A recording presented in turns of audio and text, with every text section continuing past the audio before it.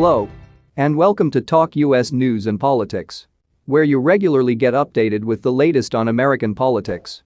Please ensure to subscribe to the channel and like the video.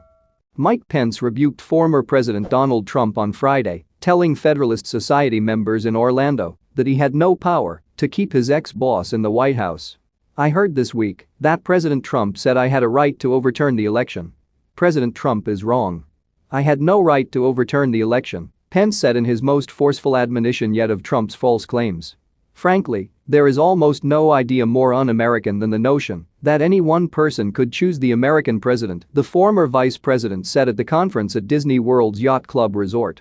The event also included a fireside chat between Governor Ron DeSantis and former Trump press secretary Kayleigh McEnany, in which DeSantis criticized Supreme Court Chief Justice John Roberts and said he hoped President Biden's Supreme Court pick would evolve over time to the right. Pence's remarks come after Trump said in a statement last week that the bipartisan attempt to change the law about certifying presidential elections means Pence could have changed the results. "Actually, what they are saying is that Mike Pence did have the right to change the outcome, and they now want to take that right away," Trump said. "Unfortunately, he didn't exercise that power. He could have overturned the election." The Federalist Society, a conservative legal group founded 40 years ago, has risen to become one of the most powerful organizations in the country. 5 members of the society sit on the U.S. Supreme Court, and Trump based his 3 selections to the court in large part on its recommendations. Pence, the first speaker at the gathering of the Florida chapters of the society, praised Republicans and conservative Supreme Court justices and bashed President Biden for much of his speech. He said Roe v. Wade, the 1972 Supreme Court decision legalizing abortion, must be consigned to the ash heap of history. A scheduled panel at the event plans to focus on whether the decision could be overturned this year. But after having only mentioned Trump once and repeating his slogan that they had made America great again during their 4 years in power, Pence turned to Trump's claims. "January 6 was a dark day in the history of the United States," Pence said. "Lives were lost. Many were injured.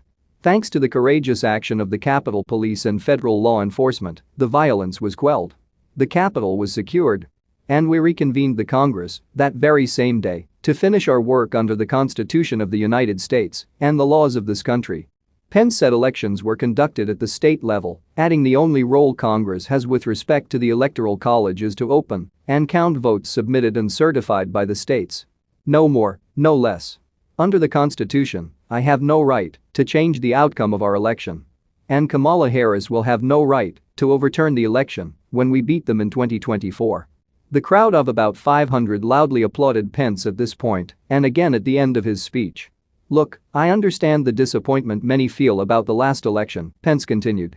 "But whatever the future holds, I know we did our duty that day. And the truth is there's more at stake than our party's political fortunes. Men and women, if we lose faith in the Constitution, we don't just lose elections. We lose our country." Pence's comments came on the same day the Republican National Committee officially declared the January 6 attack on the Capitol legitimate political discourse. The ex-vice president was threatened by members of the pro-Trump mob shouting, "Hang Mike Pence." Hundreds were injured and 5 people died during the assault or in the aftermath.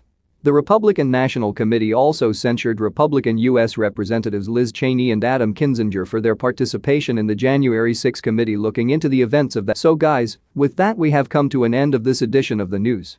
Make sure to subscribe if you haven't. Thanks so much for watching. Until next time. Bye.